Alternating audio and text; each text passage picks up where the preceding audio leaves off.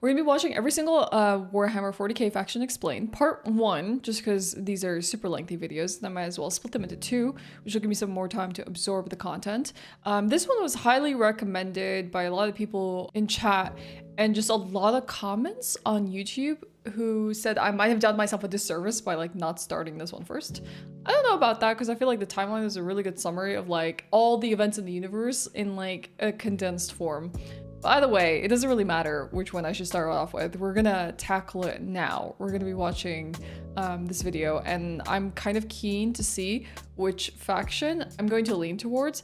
I will already say that I'm biased to the Battle Sisters because I have played Dawn of War Soulstorm, and I think the Battle Sisters are amazing, and it would be a dream if someone who is an adept like cosplay maker would make me an armor to dress as a Battle Sister. Like that would be awesome. Like I love a good set of armor, and if I could dress like a Battle Sister, I would be very, very happy. I don't know enough about them to say I like them because of like the reasons of their existence or what they do in particular, their purpose. So this is what this video is going to do for us. Definitely going to pause a little bit here and there just so we can like allow the information to slowly sift into our brains, and I probably will be very curious, and I probably will get ahead of myself and ask questions that might get answered, but you know, that's just me. Thought enters my brain and I must communicate it like immediately. Like I can't. If I try to like stifle the thought or the question, it's just going to be like bubbling inside me. Like I really need the voices. Doesn't necessarily serve the Omnissiah, but someone who can appreciate them. You will not be getting my legs today, as I will be replacing them with various things depending on which faction we are currently talking about, to add a little bit more context and possible comedy to I love the whatever anime hell legs. I'm currently doing. This is every single Warhammer 40k race in kind of a nutshell, explained. That's not a little bit of explanation, a shell, a little bit that's of just a lore, nut. a little bit of talking about the tabletop, the universe people hear plenty of, but don't know a whole lot about. They see, oh, there's these dudes in big power armor with chainsaw swords, and they got these big old green orcs, and there's some bugs over there, and everyone calls these guys I do know now weebs, about the and then Death there's Watch. these spiky bitches over here, and I don't get it. I don't the understand. boys in blue, where do I start? Well, this video is particularly for you, or for those of you the who have a heretical little bit of viewer. knowledge, but you're kind of curious about each of the different Wait, why am I heretical? What did I do? races and factions in Warhammer. So overall, the Warhammer universe is vast when it comes to lore and background, and each different faction is so different with the things they believe in, and some are human, some are transhuman, like where they all have all these crazy ass electronics on them. You've got aliens, and you've got the chaos factions, and there's so much to entail that I decided to embark on this project to tell you what each and every single one of them Prospero. is See, about, I see some familiar and words what the Warhammer here. universe is about as well, to give at least a little bit of an intro to this Space Marine helps. I will be explaining every single faction in the Warhammer 40k universe, at least all the factions. Oh, we know the Inquisition, we know Necrons, and some orcs. smaller factions here and there. I will not But be I guess there's discussing sub-factions absolutely within like the Space everything in it, because that is Marines. a little bit much. We are discussing the Imperium of Man, because that takes up a fat chunk of Warhammer lore. It is the 41st millennium. For more than 100 years, the Emperor has sat immobile on the golden throne of Earth. He is the master of mankind. Somebody told me that the Emperor was like 80,000 years old. Is that true? Like, how is the Emperor like go so far back, but only made himself known at a certain point in time?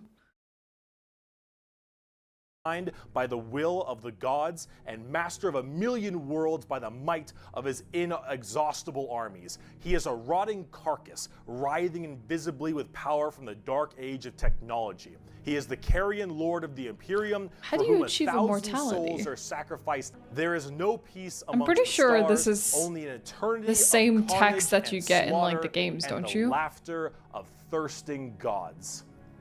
Everything blows. And it blows fucking hard. Warhammer is probably the most dark and depressing universes ever in fiction, or at least like top 3. Everything. Okay, now I'm kind of curious on what the other top 2 are based in Bricky's mind that are depressing universes. Hello, RNG. Oh, it's the preface of like every book. The games give you the short version. Okay. He moisturizes. You hear that? Better be moisturizing, otherwise you're not gonna live very long. Planets are deemed unrecoverable and are completely destroyed on a whim. Everything sucks. But that's unrecoverable. Why? Is it because like when we saw like when we played Space Marine 2, like there was the option to completely like nuke the planet if they have to, or is it because it's seen so much war and been ravaged? Alien invasion mostly, or chaos infestation? We can't win, so we're going to ensure they lose. Dang, just like let's just delete some planets, no big deal. I'm sure that has like no impact on the universe and the galaxy and the whole order of things. Just turn this matter into dust, no big deal. Like the charm of it. See, everything in Warhammer is evil. The charm of it is just blowing things up. Like humanity in its own right is a xenophobic, prejudice, and religious zealot group that kill each other just as much as they kill all of their enemies. And they're like they're very judgmental. Mid to high tier evil on the evil scale of Warhammer. Wait. Mid to high tier. Evil scale, my roles. That guy. Tau players. Wait, what the heck is wrong with Tau players? What is this prejudice?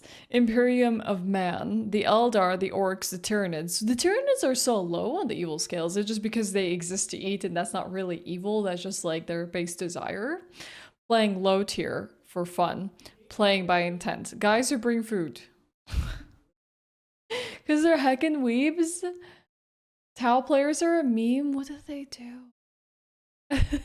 I'm just like walking into this and everyone's like telling me like you just need to know this about Tau players. So we're establishing this for you in your mind. You don't have time to make your own judgments. This is how it is. He misspelled Tyranids. Oh, so on him. Get Bricky. Get him.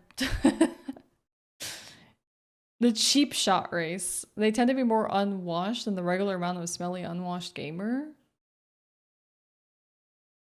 I'm so sorry. Tier evil on the evil scale of Warhammer. Nobody is good. No matter who you are, everyone is at Wait, are those supposed to be some the color of evil? Whoever you pick, you are going to be the bad Necrons? guy. But that's the fun of it. That was being Tau. The bad guy is badass. Villains are cool. They look cool. They got cool outfits. They got cool weapons. They got cool armies. Villains. I've been saying this for a really long time. They have no right making villains look so hot and cool and like an awesome armor with really cool personalities and expect us to sympathize with the protagonist when you have such a cool villain. So I guess in this universe, just like, yeah, we're all evil, but it's okay. It's okay to like them. Cool, man. And when everyone is a villain, everyone is pretty cool. Yeah, I mean, That's if everyone's a villain, so there's no villains. Is that everyone can be the bad guy. So let's start off talking about the main bad guy, quote unquote, the Imperium of Man. It's hair, whack. It's gear, whack. The Imperium of Man is the main empire of the human race. All of humanity is under this one flag called the Imperium. That's impressive. I will say that. Years ago, there was a man. To somehow unify all of humanity humanity is an impressive feat that we will never achieve in our lifetime. Who led humanity across the stars to colonize tons and tons Yeah, that's of what I'm saying, worlds, aren't you? They're just create hungry. Superhuman soldiers. The Emperor, big boy psyker. Top tier, A+, maybe even S. Now the Emperor created a bunch of sons. Yes, created a bunch of sons known as the Primarchs. He created 18 Primarchs. So I actually got the breakdown of this. Someone mentioned that like most people gloss over the fact that Bricky says 20 Primarchs and then changes his answer to 18 because apparently 2 Primarchs were basically erased from like history. I don't know. I would try to get like an explanation on this. Like, is it historical records or memories? Like, we know nothing about them. So we have no idea why the Emperor even erased them from like history. 2 chapters. Maybe they were just too good looking and he couldn't have it. 2 legions. All right. All mention of the statues of the Primarchs are covered up. Do we even know their names? Like, is there any knowledge of them at all? They were only 18 and that's dangerous thinking. Better get back to work. Oh, okay. Oh, it was supposed to be 2 chapters were supposed to be customizable by players, but I got retcon. So I guess that's what they wanted you to do with the 2 extra chapters. I worship cookies. Okay, all right, you're right. It's only 18 suns. I know nothing else. To have them lead all of the different legions of humanity to the different stars and plans to help colonize and bring it out. These Primarchs are basically like little versions of the Emperor. Not all of them are Psychers, but a lot of them are very, very powerful. Oh, I didn't realize they weren't just inherently Space Psychers. Marine legions. Then this big clusterfuck happened called the Horus Heresy, where the Emperor's favorite son, the Primarch, Horus, ended up joining Chaos and leading 9 other, well, I guess 8, 9 of the 18, half of his Primarchs directly to Earth to fight down the Emperor himself. Half? Now, if you want to know what Chaos is, remember what I mentioned earlier? The warp, Why that 8? Immaterium, the hellish place?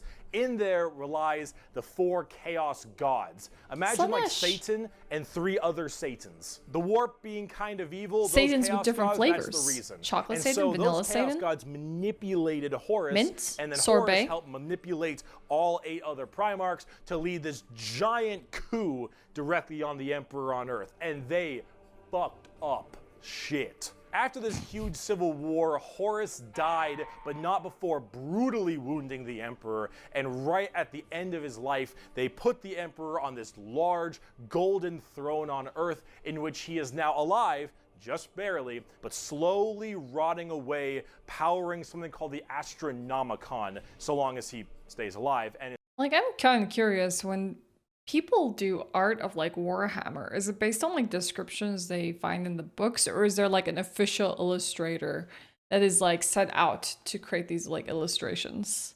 fed 1,000 people a day. The Astronomicon is all is like official the art, North okay. Star. If you want to do interstellar travel in 40k, you need to pass through that demonic warp I mentioned earlier. But how do you know where you're going? Well, the Emperor is there putting a nice little navigator right there. He helps navigate you to know where you're going. If you want to go from Earth to some crazy solar system across the way, you need to go through that warp, and then you need to know where you're going, go through there and pop your way out. It's like doing nether travel in Minecraft, so you can shorten the distance between going to areas. So long as the Emperor is alive and being fed 1,000 people a day to stay alive, Let's hope they never run out of The moment he people. dies, interstellar travel's gone for all of humanity. Wait, have they ever explored like a potential death of the Emperor, or has it just been, because it's like 40k, right? Like we haven't transitioned past this period. Will they ever go past 40k? Will there be another era, another century? They hire official illustrators, but even that vary wildly. One of the old artists they used was Karl Kapinski, who also does artwork for MTG Times. Oh, that's cool. The main illustrations are made with the story models, etc., but it's a huge franchise and they're bound to be officially licensed with other interpretations. That's fair. That's a heretical thought. Oh god. I'm gonna get axed by the end of this video. Hi Rick. We're in 41k at the moment. If the Emperor died, he'd be reborn, but does it anything say he'll be reborn immediately? I mean, that's still silly. Like, I mean, there's bound to be a point where we run out of Psychers. What if we like have a freaking epidemic and then like a lot of people die and it's not even freaking war that's killing us, but like people are dying from some other reasons. The souls of all the old perpetuals who killed themselves to make a higher being. Okay. Fair. I guess there is no end. It is eternal for a reason. So boned. Now, since the Horus Heresy 10,000 years ago, the Imperium has fallen I thought, from like, what grace if we just add a little bit of substantially. chaos? All technology you know? has started to dwindle What and if the die. Emperor There is now disappeared? giant fundamental religious extremists that now believe the Emperor of Mankind was a deity, a true living god, which is probably the last thing the Emperor Inquisition would have like to wanted know be your remembered location. for. So now you have this thing They called want to the give me a freebie so they Ecclesiarchy, can find out which my is this address. giant church entirely devoted to spreading the good word of the Emperor. He is now the Holy Emperor God, the God Holy Emperor Emperor God. of mankind. And all of the Imperium has taken up worshiping him to the fullest extent and killing anything that isn't humanity in his name. The Imperium has this futuristic gothic tone. So I imagine the Emperor, even despite sitting on a golden throne and like powering this Astronomicon thing, he doesn't speak, right? Like he's not issuing like orders or whatever. It's just interpretation of what the Emperor's will is at this point. to it and a hefty religious zealotry to them. If you think anything against the Emperor, that's heresy and you deserve to die. That is called being a heretic. So how do we know we're not like absolutely destroying the will of the Emperor at this point? I'm gonna go back 5 seconds. The Emperor started the Crusades to unite mankind and erase religion. He kind of talked to people like when Girly Man was resurrected? To die. That is called being a heretic. Heretics die in 40k. There is no such thing as freedom of religion. There is no such thing as freedom of speech, so long as you are against the Emperor. There is no such thing as any kind of tolerance. Everyone is a religious zealot. We're just all uniform. Some more than others, but especially this guy. Who the hell is this guy? Preaching that good word. So right now, everyone in humanity is trying to expand their empire across the stars. If you are a heretic, someone who doesn't believe in the Emperor, you are deserving of death. If you believe in the Chaos Gods, you are also a heretic and you deserve death. If you are an alien race of any kind, you are a filthy Xenos and you deserve death as well. So long as the murder continues and humanity expands, the Imperium of Man is very, very happy. Okay, so his mind is semi-conscious. He transmitted words to one of his sons that recently woke up briefly. However, the largest fighting force of this Imperium is my personal favorite faction, and the first faction we will discuss, the Astra Militarum, or also known as the Imperial Guard. Pretty shit now, man. Okay, here we go. Game over, man. The Imperial Guard is the main fighting force of the Imperium, and in a world of horrifying creatures, galactic monstrosities, the literal demons themselves breaking through the fabric of time to kill you, the Imperial Guard are untold billions of regular men and women wearing... I was about to say, they look like just the regular, like, militia that we, like, see in any campaign. They're the guardsmen. These are the ones that we protect from, like, Tyranids and whatever, and orcs. Modern day, like, flak armor with a laser rifle. This is the humble las gun, the main weapon of the Imperial Guard. I feel so bad for them. Superheated plasma lasers and they're extremely the cannon fast fodder. fire rate. It is reliable, never jams. It can blow off giant holes in concrete. It is overall an extremely devastating weapon in modern day. It is one of the weakest in the 40k universe. Yeah, a laser rifle that never jams, it could blow off limbs, one of the weakest weapons. That's the world we're in right now. But who cares? That's sad. Because the Imperial Guard has, in each battle, 500,000 of these men and women. 30,000 large armored tanks, 10,000 artillery batteries. The Imperial Guard wins through sheer numbers and firepower. They kind of have this World War I, World War II style aesthetic with legions of guardsmen as well as high company. I've seen like in the games they had like specific like men that had like very specific coats and like pauldrons and things like that, but not every one of them. Most of them just look like regular militia. Don't feel bad for them. They're indoctrinated to be happy to die for the Emperor.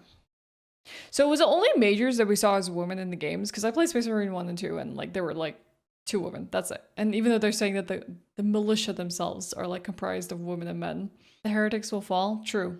True. Eventually one will stick. Commanders and generals on the field along with them, and multiple kinds of troops. A normal Imperial Guard battle starts off with artillery, long lines of artillery, cracking the crust of the planet underneath the enemy's feet. And as this barrage continues, hundreds of thousands of guardsmen, a sea of guardsmen surges forward, firing and charging at everything possible, how they while transport the all these planet men. rumbles as tanks roll up behind them. Gunships block out the sun and tanks block out the dirt with the steps and hoof prints of millions of guardsmen. It is through numbers and sheer firepower. Can you imagine like the oncoming wave and how that would like shake the earth? Like you would feel them coming even if you can't see them. They are the first and last line of defense for the Imperium and make up a huge bulk of the battles. The Imperial Guard is also made up of tons of different kinds of regiments. The Catachin Jungle Fighters live in a death world that's more hospitable than almost any firefight they'll ever get into. Oh my So they god. just have this steroid What the heck? looking, Yeah, this is like giant 80s knife, macho Rambo men. Predator looking sons of Yeah, bitches. I was about to say, nothing is straight out of near as Predator. scary as a simple knight on their home planet. You have the Valhallan Winter Soldiers who haven't felt their toes in 300 years. The Mordian Iron Guard who are more interested in making their shoes shine than actually fighting a battle. And then, of course, the big one, the Cadians from Cadia. The biggest... Is this the same like thing that we learned about in Space Marine 1 where like something tore through Cadia? Cadia stands, Canadians. Support of guardsmen in the entirety of the Imperium. You will fire your first gun at 5. You will disassemble and reassemble it at 10. You will have pounding artillery Dang, that's slow. drills Firing at day 5 in but and day out disassembling it or something at 10? What happened in 5 years? Swarm Lord at 16. And if you mention Cadia, you will burst into an unrelenting amount of tears and sadness like I do daily. To quote, I have at my command an entire battle group of the Imperial Guard, 50 regiments including specialized drop troops, stealthers, mechanized formations, armored companies, combat engineers, and mobile artillery. Over 500,000 fighting men and 30,000 tanks and artillery pieces Chaos are mine to shenanigans. command. Classic. Emperor, show mercy to the fool that stands against me, for I shall not. The Imperial Guard are my personal favorite faction in 40k. They're the army I collect the most, the ones I enjoy playing the most, and the one I enjoy in the I wouldn't have sense expected a lot. There's that. something about just a regular man with a laser rifle being identifies told to with that. charge the horrors of this universe and willingly doing so for his god emperor. I mean, I don't know. Yeah, I guess they are a little bit built differently because I guess Space Marines, I don't think they know things like fear and anxiety in battle, so they might. These regular like guardsmen and stuff like that, so they probably have more to like overcome to be able to face the horrors ahead. Empty space. Some guy flew a giant millions years old mega ship into it. Leftovers aren't good with numbers. Some of the books mention militia planets that could recruit for the guard exclusively. They have a standing force of 100,000 men, which is less than France has today. I guess if we just think about 100,000 being a big number, but we don't really compare it to anything else. Bricky is more than Night Lords today. Oh, okay. Bricky has changed stances since 4 years ago. You shouldn't consider Space Marines humans. Okay, I won't. Just filled in the Dark Nation. I guess everyone in the Empire lives for the Emperor. I don't think there's really a choice. So these guys would be no different. Maybe they would just have to overcome more than little superhumans. Just poetic. They actually represent the main Imperial Guard tactics pretty well. Large amounts of artillery that doesn't require a line of sight, lots of tanks, tons of infantry, drop troops, and gunships. Overall, they're I bet there's so much collateral to how damage. they sound, though a little bit expensive to collect, unfortunately. And they don't hit a lot. They have a bit of a bad aim, but you don't really care because you're just drowning them in shots. However, if you want more accurate fire and specialization, we can move on to talk about Space Marines.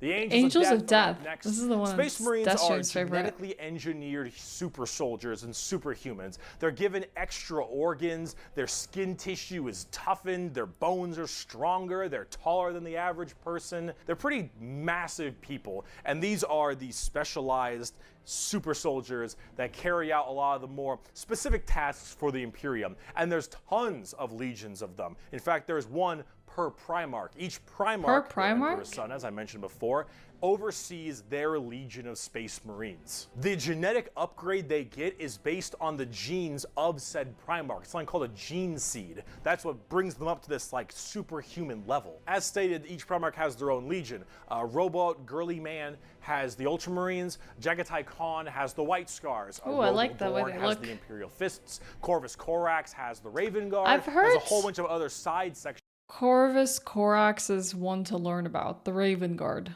I like the White Scars. The armor looks really cool. Word Bearers, Salamanders, Raven Guard, Alpha Legion, Death Guard, Ultramarines, so we know those ones.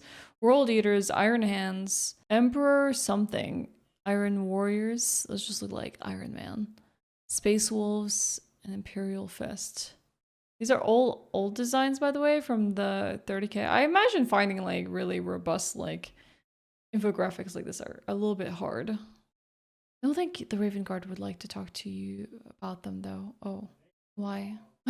Goth Mommy's Primarchs would have been the best legion for sure. I know, they're really missing out. The Space Marine chapter is 1,000 men in 10 divisions of 100 Marines backed up by their tanks and crews and whatnot. But you look at how big the 40k world is and you start to realize there's not enough, especially when they have cannon battles with entire chapters engaged somewhere.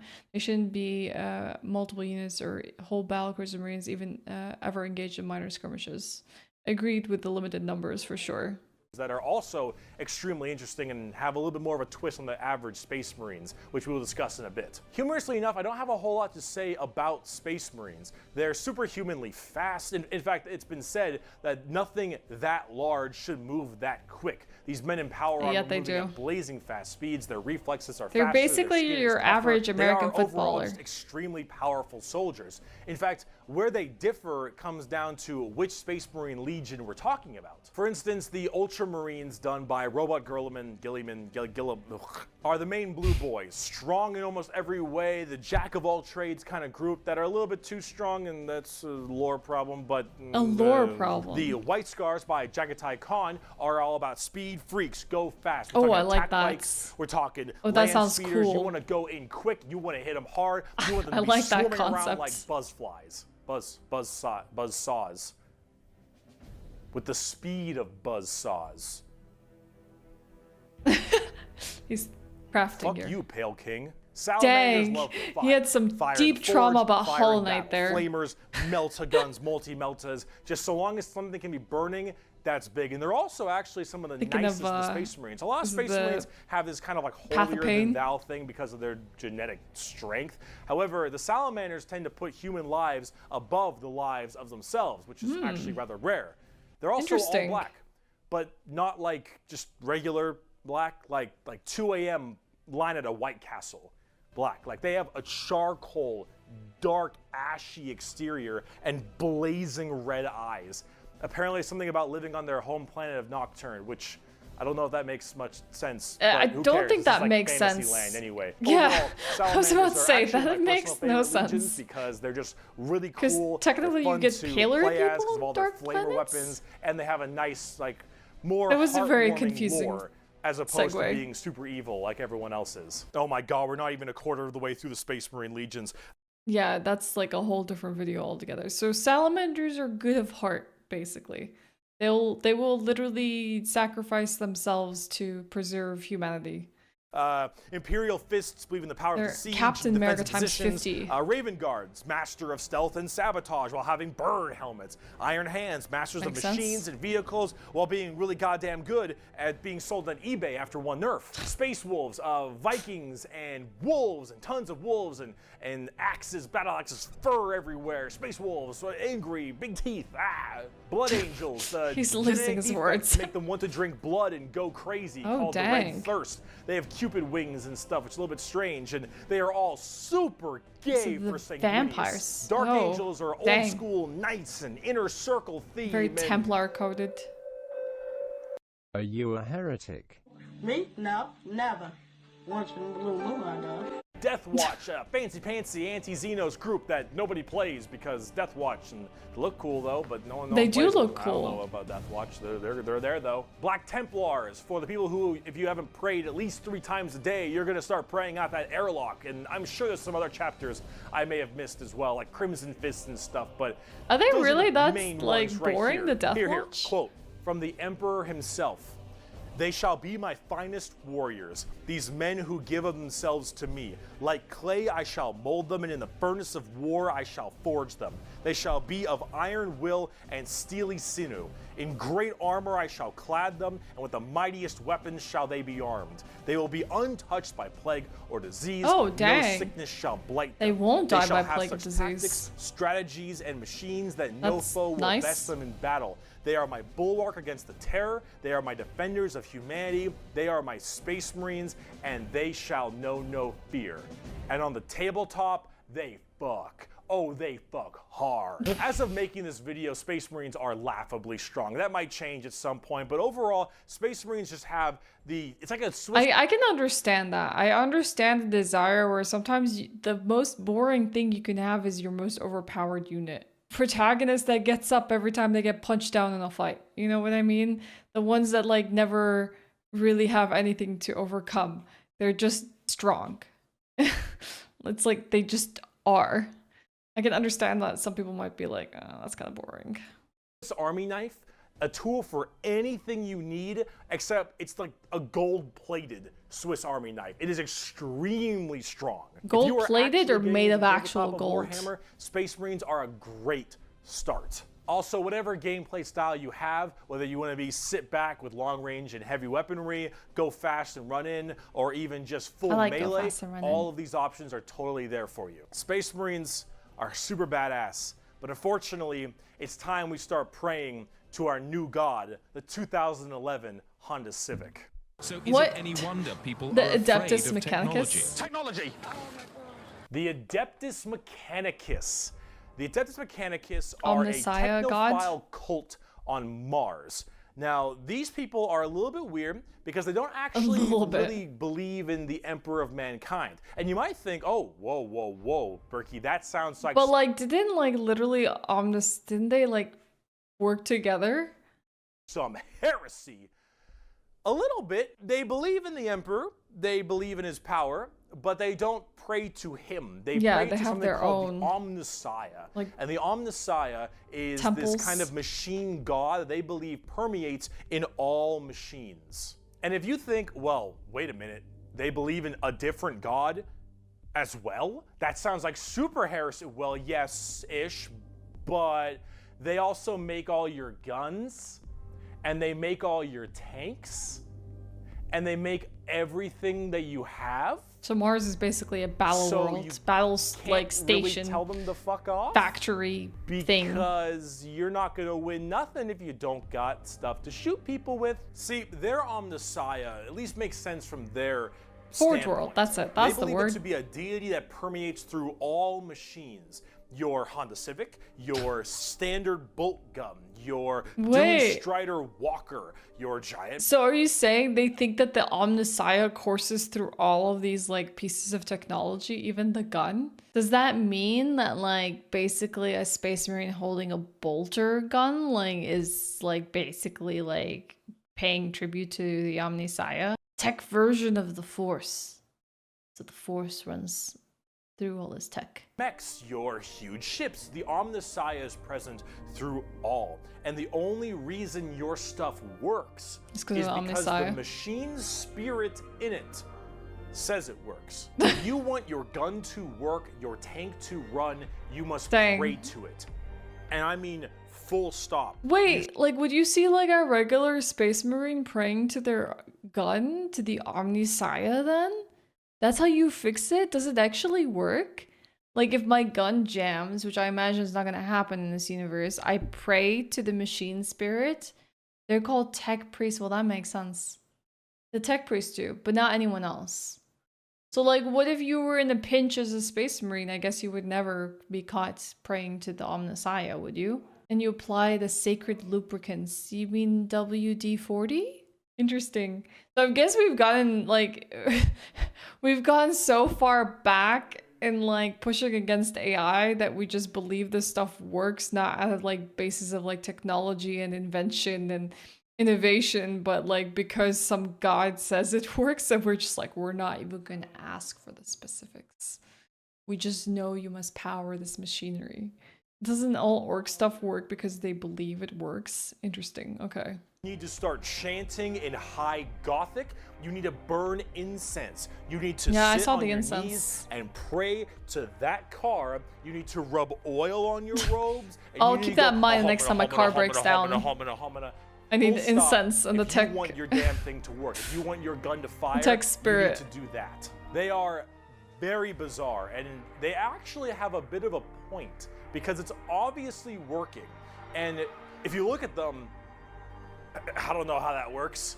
So they obviously know something about what they're doing. The most notable member of the Adeptus Mechanicus is Archmagos, Magos, whatever, Belisarius Call. Look at this dude.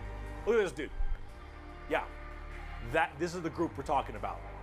These are these weirdos. Here, the Omnissian Creed. The credo, Omnissiah. There is no truth in flesh, only betrayal. There is no strength in flesh, only weakness. There is no constancy in flesh, only decay. Metal, there is no though? certainty in flesh, but death. Does Flesh the is Omnissiah weakness, speak? Flesh is an death. entity? The Omnissiah is the god of the machines, and if you wish to be whole, if you wish to be holy, if you wish to give unto him, you must saw down your limbs and remove your organs and replace them with mechanical parts, because that is what he wants, and that is how you will become enlightened. Hard. So basically, I mean, that seems like kind of the way to go. If it's like, hey, get rid of the stuff that... Do they live forever then? Get rid of the flesh that decays, unless you're a space marine, then it's already hardened. And then like, just become machine. And then basically, aren't you just worshipping yourself? Because you are machine? They live long at least. Belisarius Call, the man who saw the universe tear in half when Katie exploded, decided I can fix this if I find enough ancient tech. And if you run out of ancient tech, they're clearly not crafting it anymore. I'm guessing they're finding ancient bits of bobs and they're like slap it together and they're like, bolt gun. Because they're not.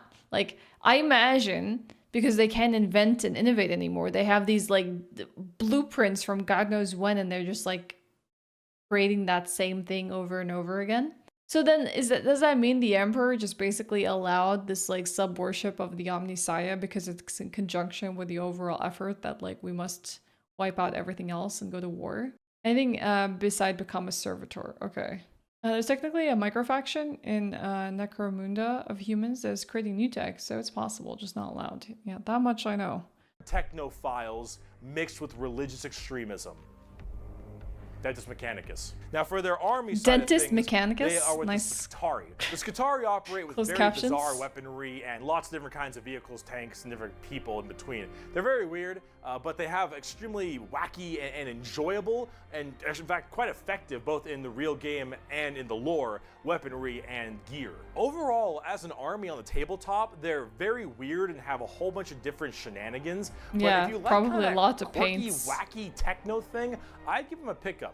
Hell, they're so paranoid. I gotta keep going. The They're so steampunk of the paranoid universe. and crazy. These Dune Striders you see right here, one guy was able to make them work. One guy, and he died. And they're so scared they'll never work again that they keep them on and they never turn them off, and they run around in a circle the whole time until they Oh my god, this is just like people who never turn off their machines because they think it will never power up again.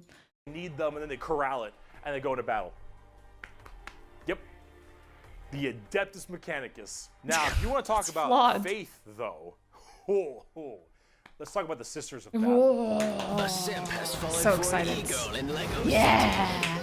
The That's me. Sisters of Battle of the Adeptus Sororitas, if that's how I pronounce it correctly, Let's is an go. all-female group of battle sisters going I like that through they have the silver white ecclesiarchy hair. section of the Imperium. Oh. The ecclesiarchy is, of course, the church. This is, imagine a private army of the church, which is scary. And it is. The sisters are an extremely zealotous force, and they take this to a full extreme. They believe in three main things. We like extreme mommies. Faith, martyrdom, and fire. Through the bolter, the flamer, and the melta, the Sisters of Battle are extremely potent at taking out chaos and heretics. Mainly heretics, because as they are a fighting Nice. section of the ecclesiarchy church, I self-proclaim myself as a heretic. When is my execution date? I need a battle sister to cleanse me. Immediately. Stat. Like 10 minutes ago. that's the big thing they want to kill. Any form of heretic will face the Emperor's justice through those three main weapons, the bolter, the flamer, and the melta, and they will do so with extreme prejudice. Nice. Literally. They are the closest Please take a things we numbered have ticket. to nuns in space, and I'm talking hardcore nuns. They carry holy fire on their backs. They have holy like books and sigils all across their armor. Their main battle tank is a fucking pipe organ missile launcher. They have small wait, do they go into the battle and the organ is playing and shooting at the same time? So like pop, pop, and then the organ's like, oh. Babies that they have like Amazing. removed their brain capacity They to provide make them their own little OST. servant cherubs to fly around and give them ammunition and shit. Wait. I'm sorry. I'm so obsessed with the fact that their tanks are made of organs. That's too flashy. Okay, I gotta listen to this chair part. Have you listened to the Mechanicus main theme? No, I don't think so. It's like Mad Max, but more awesome. Missile launcher. They have small babies that they have removed their brain capacity to make them little servant cherubs to fly around and give them ammunition and shit. Wait, they're actually babies? Like you're telling me they took human babies and then made them into this? What? Why they got hooves though? The tank is called Exorcist and it's glorious. Amazon drones delivering your packages. They made babies actually useful. Dang, Jersey, that's dark. It's true though. You make a cherubim out of babies the same way you make a servitor out of people. Wow.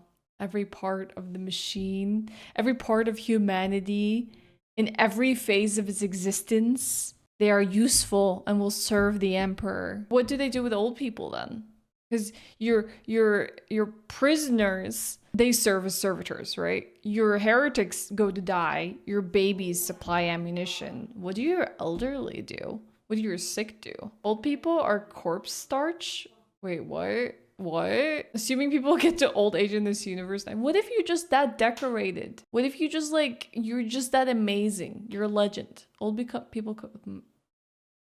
I see. They drop churches from low orbit as mini drop pods onto battles.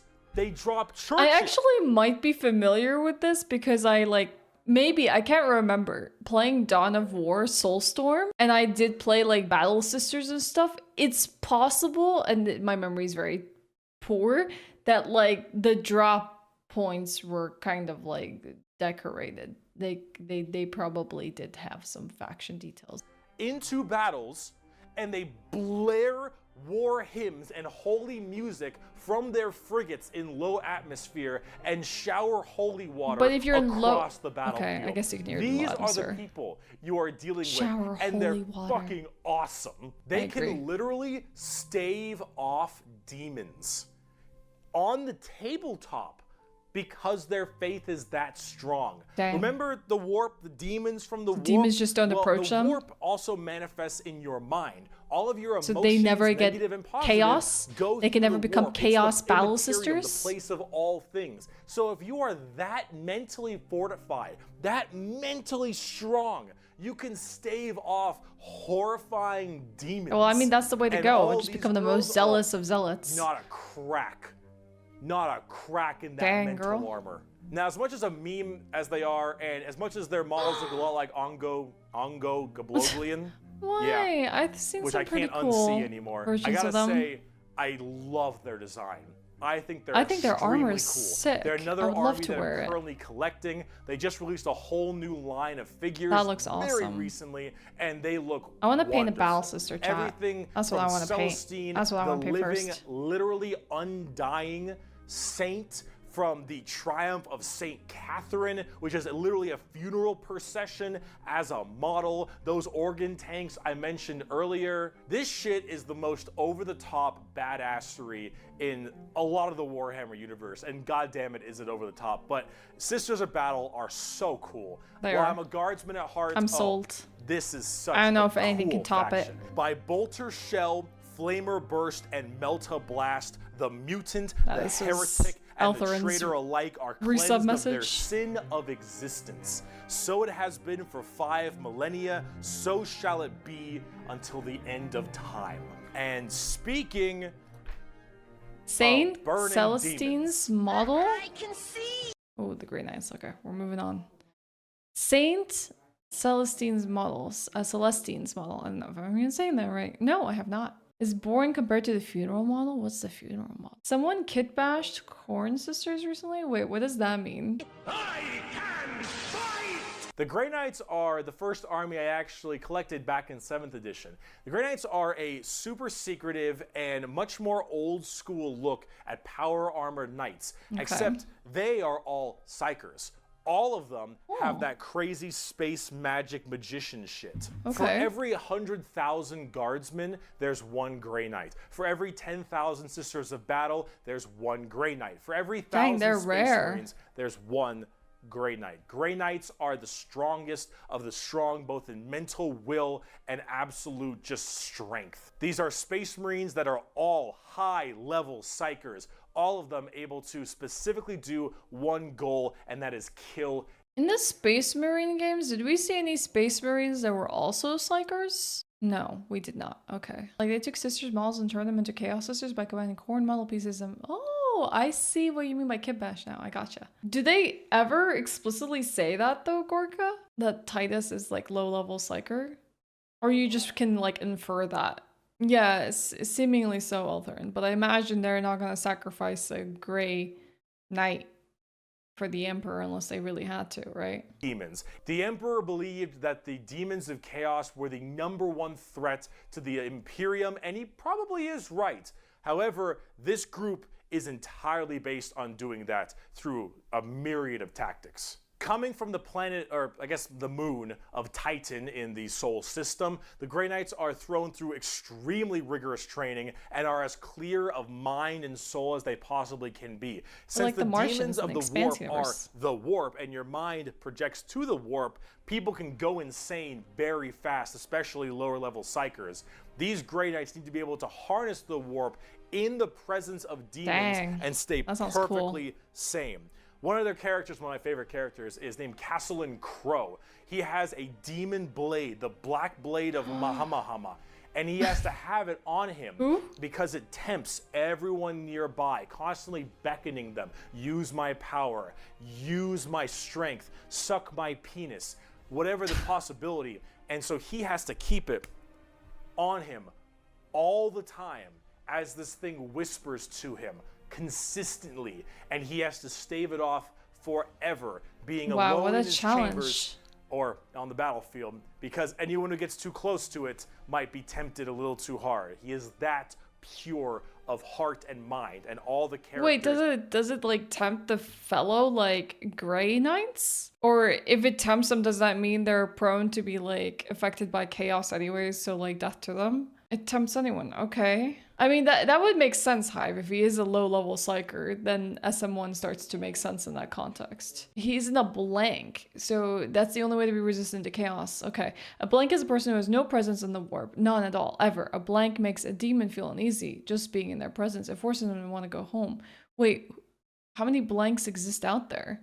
Only blanks, psychers, and pure of heart can resist. So I'm guessing as well, like the Sisters of Battle are pure of mind. In the Grey Knights are basically like that. The only issue is that the Grey Knights have a scorched earth policy, more ways than one. If they're fighting demons, demons corrupt and make people crazy. So if I'm a guardsman and I'm fighting demons and the Grey Knights arrive and they kill all the demons, I'm a risk. And so guess who's not making it out of there? On the tabletop, they're very strike fast, strike hard kind of people. They teleport all around the place. They are fast strike groups, small amounts of models because they're so dang strong. You only have so many characters, but with it, you get in there, you're very tough, very tanky, you hit really hard, and you try to bounce around the battlefield quickly. But kind of boring color scheme though, sadly. And so every dead Grey Knight hits really damn hard. They're fun though if you like that kind of fast striking kind of army. Oh, and also Kaldor Drago is a thing. We're not even going to get into Kaldor Drago. All right, that is, oh my goodness gracious. Who the heck is Kaldor Drago? I am the mail about his fist. I am the spear in his hand. Though we are lost, I am the shield on his arm. I am the flight of his arrows. I am the hammer. I am the sword. I am the shield. I am a soldier at the battle at the end of time. Grey Knights are pretty hardcore. They are as holy as you can get for a Space Marine. Don't say his name out loud. You have to say it 3 times when he summons in my room. Kaldor Drago, Kaldor Drago, you want to be holier and big. Let's talk Imperial Knights. Oh Lord, he coming! Do you like gigantic walkers Yes. the size of homes or I was hoping to medium-sized pilot one of buildings? those. Do you want to kill heretics, but you want to kill like 40 of them per turn? Do you want a gigantic old school knight noble house style of Give me a walkers mech. with giant chainsaw arms? Then you got Imperial Knights. Imperial Knights, it's not a whole lot to talk about them because they're just gigantic walkers. Remember when you asked when an exterminatus was necessary? Naming him out loud is one of those occasions. So you mean planet Earth is doomed? Okay, good. I'm so sorry.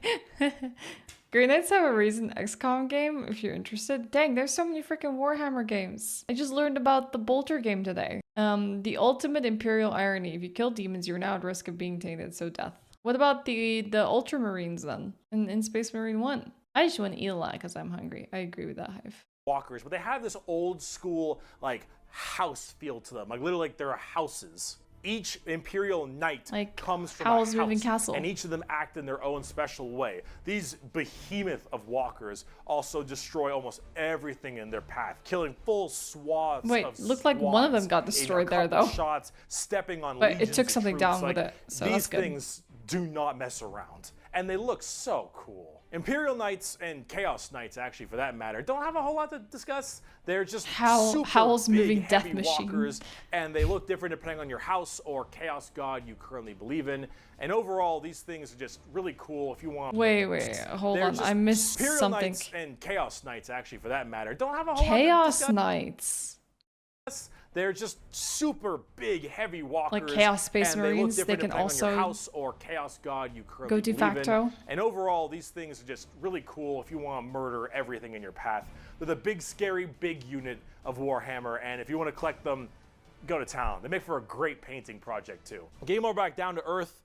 Let's talk something about a little bit different, a little more gold. Adeptus, If Custodes. guardsmen Oh, are these are the regular Custodes. soldiers, Space Marines are super soldiers. Grey Knights I wanna are learn about the super Custodes. soldiers.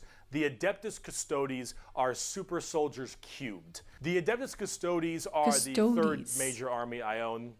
I know, 3 armies. I know, I got carried away, okay? But that's all. I only have 3, okay? Only now, 4 years ago. I mean, does he have now? They are our final brand of Space Marines, but these ones are super special. Okay, if a guardsman is 6 foot, a Space Marine is 7 feet, a custodian is 8 feet. These are the giant defender. A Space Marine is 7 feet, a custodian is 8 feet. Dang. These are the massive human beings. Bolt Gun is a sequel to SM1? Wait, what? I didn't know this. I know Henry Cavill can wreck me with his Custodes. He's an army of Custodes. I have a little video of Henry Cavill talking about Warhammer. I'll probably watch after this. Wrong, Custodians are like 10 feet? Bricky. giant defenders of Holy Terra, which is also Earth. Earth is Terra. Earth, Terra. Themselves. These are the people that literally guard the Emperor's throne room. His Hence, corpse. Custodes. These boys protect the Emperor's throne room at all times and are literally like handcrafted. But how many people They're not come out humans to kill brought the up by a Emperor? gene seed or something. These are all handcrafted super soldiers. I think How do you from a tube. handcraft a These super soldier? A behemoth tube. of men are like 8 feet, 8.5 feet tall, and functionally immortal. They stand still, spear in hand, for hundreds of years without the need to sleep and barely even the need to eat, watching over the throne room and every other area of Holy Terra for their entire purpose in life. And oh my lord, are they terrifying. These custodians put Space Marines to shame. If you liked your super soldiers, these are your super mega Pretty sure he's soldiers. playing One some of Doom these music in men the backdrop. Can take on probably 3 Space Marines and most likely win. Any Mick there are many Gordon different groups tracks. of custodians as well, like the Solar Watch, or there's also one of my personal favorite, the Aquilan Shield. The Aquilan Shield go if I out like to the purple. seemingly unimportant individuals and protect them. not Doom. to Is believe it, that they are what's gonna it be called? doing something very important in their lives. For instance, say kill a regular blah, guardsman blah, blah, gets something. the protection of this giant 8.5 foot tall Killer golden Instinct, thank you. god, because that guardsman will end up becoming a general one day or something of that nature. The custodians work in mysterious think this is my ways running and song. are almost always outnumbered, but never outmatched. These people are Yep, it's the pretty song I run to. horrifying, both on the tabletop as well as in the lore. There are very few of them, however, and there's actually an extremely small amount of them. But that's kind of the point. There's only so many of these people that can have war gear this strong, weapons this powerful, and training this good. And the custodians have considering all three who of they are. For 100 years, I stood my watch amidst the somber shadows of the Sanctum Imperialis. I was still as a statue, but always ready, always attuned to dangers unseen. That's impressive. Like, they were just always lying in wait for like the biggest threat possible. They always had to be ready, and they always had to be alert and aware. Months, years passed by in a frenzied blur beyond those walls, yet within little moved and nothing changed. For 100 years, I did not but wait. Yet had any apparently not many threats to the Emperor. Struck it down in a heartbeat. To the Emperor at any 100 given years, time. I stood my watch, and as it ends, I can tell you this: patience is a weapon. The custodians are the top dogs of the Imperium, hundreds of years, and not even they having hurt Spotify. just that same way. Though I do want to discuss a little bit about the Sisters of Silence before we get out of here, because the Sisters of I do want to know about this because people told me that literally custodies can have women within them, aside from the Battle Sisters. But I imagine the Battle Sisters are not built like Space Marines at all. They're not genetically like from a gene seed or anything like that. of Silence I also have a few of, and they're really fun, but they don't get enough attention. Interesting hairstyle. These kind of bald plume ladies are a whole group of pariahs, or also known as blanks. We'll be referring to them as blanks from now on. So as every mind is somewhat connected to the warp, these blanks are a genetic mutation that has it suppressed and this heavily. is just happening because of that mind suppression. Normal people feel this weird, like, uncomfortable nature when around them. When a Sister of Silence walks past them, you feel ill. You feel just uncomfortable and strange. I think that so gives, most like, of them makes your don't hair actually live past childhood. raised on your arms. They're, well, you know, killed or something at a very young age because they just emit a horrifying aura. These ladies, however, are guardians of the throne as well for more psychic threats. See, none of the custodians are psychers, so they have a difficult time dealing with major demons and other kinds of psychic phenomena. These sisters are extremely specialized in it, all of them taking a vow of silence as they don't speak, hence the term Sisters of Silence, but they communicate through hand gestures and things of that nature. But if there's a demon issue, if there's any kind of warp-based problem, the sisters are extremely adept at dealing with them, thanks to their blank gene. They normally work a lot of time with the custodians because they have to deal with both kinds of threats, but they're not represented that way on the tabletop. In fact, they only have like one real model for them, which is very unfortunate. I hope they'll get some like news soon, because I think they should really be working together as it is that way in the lore, but hopefully we'll get there soon. But if we're talking about blanks, let's talk assassins. Yes, I want to learn about the assassins. There's some ladies in this too. Hello, Jazz. It's been a long video. We're about to round it out. We got this and one more human thing, and then we're done. The assassins, though, the Officio Assassinorum, oh boy, these people are deadly. Yeah, they're called assassins. They should be, but oh man, these people will mess you up. So these are from the Officio Assassinorum, a very special organization, and they are handpicked by the Grand Master of the Officio Assassinorum from the what was it called? Who runs this? Schola Progenium. It's basically an orphan school. Your parents got murdered by demons or something. That's pretty much everyone in the freaking Imperium. Whatever. Tempestus Drop Troop, an Inquisitor, maybe even. Maybe you get a blank gene and you get thrown into the Sisters of Silence, or sometimes you just disappear. When you are taken, however, you go to one of 4 temples, because the Assassinorum works in the temple style of things. These temples are the Vindicare, Caluxus, 4K Calidus, Hogwarts, and Eversor temples. Let's start with the Vindicare. I'm far away. I've been sitting here for 3 weeks. Poof! The Vindicare Temple is the main sniper-based temple. Gigantic sniper rifles for all these assassins. Their whole point is to be able to be in a spot and sit there, eye and scope, for weeks, waiting for their perfect target. I wouldn't want to be a sniper. That's for sure. Literal miles away after extremely long time periods. The Vindicare Temple is about precise, perfect aim. There have been reports of Vindicaires being able to single out particular body parts from over 2-3 miles away. Temples in the head, the jugular, for instance, and been sitting there after weeks. And when they're ready, take that shot. Time is done. Dang, that must have been one priority target if they took 3 however, weeks. Is a lot more about shape shifting and deviant art. Super hot. It's mostly a female-based one, or at least it seems to be, and this allows a lot of body augmentation for certain individuals to be able to kind of transmorph themselves and infiltrate areas that are problems. These assassins will end up taking missions that take them years, 2-3 years, to infiltrate a heretical group and slowly work their way up just to get enough time to put a bullet into the main target's head and then escape unharmed. Or become the main target and sabotage it from within.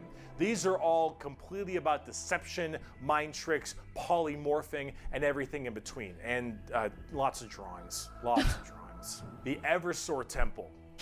Oh, there's probably a whole segment of the internet dedicated to this. The Eversor Temple is about when you don't want anything to come back alive, friend or foe. You want it all dead. An Eversor is psychogenically conditioned with just psychotherapy and psychological torture to only feel violence, hatred, and anger. It does the Clockwork Orange style of thing of just making you forced to watch never-ending pain, and misery, and psycho conditioning, I guess is the term. And then they pump you full of tons of psychedelic drugs and they cryo-freeze you. And then they drop you in an area where they just want to make sure everything is dead. And then you defrost, full of just all this insane, mind-boggling psychotherapy and psychedelic drugs. And then you just go to town. Yeah, if you don't care if anyone comes back alive. You're like, all right, lost cause, send them in. Finally, there's the most bizarre temple. That's a weird unit. Temple. The Calyxus assassins walking are mini feared exterminatus even among the other temples. Hold on, I gotta go back to this. Send them in. That's intense. And if they overdose, they explode. What the heck? Eversors are so high they have to be kept in stasis to stop killing their allies. Ain't no one gonna notice if no one's alive to notice. Fair. Very kamikaze kind of like faction. And finally, there's the most bizarre temple, the Calyxus Temple. The Calyxus assassins are feared even among the other temples. So that blank gene, the people will go to the Calyxus Temple with this as well. And this is where they can harness that to be massively anti-psyker or even just anti-regular people. They're seen with extreme fear anti-everyone and distrust among many, many people. They're described by the Eldar by quote as being pure evil. Imagine that uncomfortable feeling from that blank gene I mentioned, and then imagine them being taught and given equipment to amplify it by 100. If normally regular people feel uncomfortable, now they are basically akin to being a siren wailing directly in your ear. And if you're a psyker, oh no. The sheer presence of a Calyxus assassin is enough for you to tear your skin off. You will rather... Are there many in number? Because I feel like this could win so many like situations if you send one of these in. Gouge your eyes out and rip your nails off than even being near this person. The Calyxus assassin is when you want psychers to literally lose their minds, and they will go on their knees and ask you to gun them down because it is a suitable choice. So like Chaos Space Marines put one of this in the center and they will implode. And unseen commands the greatest fear. Now for the tabletop, assassins aren't that special. You can call them in no matter what Imperium faction you are, and they do a lot of work for themselves, but at the same time, they're very specialized and require a lot of finesse. And they work the way you generally want them to, though. You want to cause some distortion and weird stuff, you take a Calidus. You want to just murder swaths of infantry and then blow up Eversor. You want to kill that one guy, Vindicaire, and if you have a lot of Psychers, Calyxus. It's a nice little, like, jack of all trades if you have a specific thing you want to kill. And you get to choose which is really fun. But now, let's talk about the last human faction. We can round this video out before we do part 2. Before we get into the faction, assassin schools very rarely graduate. The students sometimes kill each other. Wow, that's a very prestigious school they got there. I mean, I feel like that would be like awesome. Like if you just like dump one of them in the middle of like a Chaos Space Marine battalion, they might like actually lose their minds. 2, the Inquisition. Oh yeah. We have a lot to talk about with them. I recognize that symbol. On the subject of heresy! Oh boy. Where do I even begin with the Inquisition? Take every secret police you can think of. The KGB, the Gestapo, the Images not found. CIA, FBI, any of these kinds of people. And then mark it up by about 10 and give them the most power. They will in the like literally entire take a Imperium. crumb No, you know what? and crucify you. How about this? This right here, it's not just a quote. This is the imperial motto. The motto empty. of the Inquisition. I apologize for my bad pronunciation. Innocentia nihil probat. Oh, innocence proves nothing. Innocence I've heard this one. proves nothing. The most powerful organization in the Imperium, the secret police, their #1 motto is innocence proves nothing. Nothing The flies Inquisition past goes them ever. around like the secret police or like detectives to find issues in the Imperium. And they have different ordos depending on which one we're talking about. The Ordo Hereticus, the Ordo Xenos, the Ordo Malleus, for instance, and a whole bunch of other ones. Hereticus is obvious. I they want deal with Hereticus. heretics. Xenos tries to find alien threats, and Malleus is demons. They all have different specializations in what they're trying to go for as this Inquisitor. And that's what they're called, Inquisitors. Each of them, as an Inquisitor, has their own free reign to do as they wish. They may have a ship and a crew, and they go out to find problems and interrogate people a lot. They are above They the have law autonomy. in every department. Except over heresy. Space Marines. I guess, except probably heresy.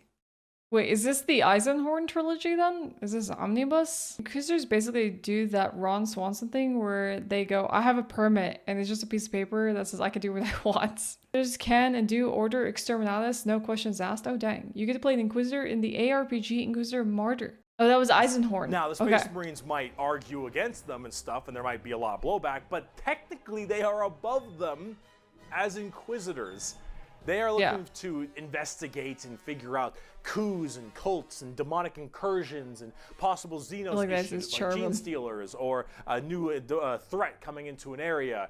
They're about learning that stuff and actually doing detective work. And memes aside, they're pretty good at it. The Inquisition having all of this power does make them a little bit power hungry and frantic sometimes. And yes, it is still a bad thing, but most of them are pretty good at their job. that And hair. They spend a lot of time That being was very inspired diligent by to make sure that all of Britain. these leads they follow are proper and correct. They're basically space detectives with just enormous power and sometimes a bit of a power complex. And we haven't even talked about Exterminatus yet. Exterminatus is deeming a planet unfit to be saved.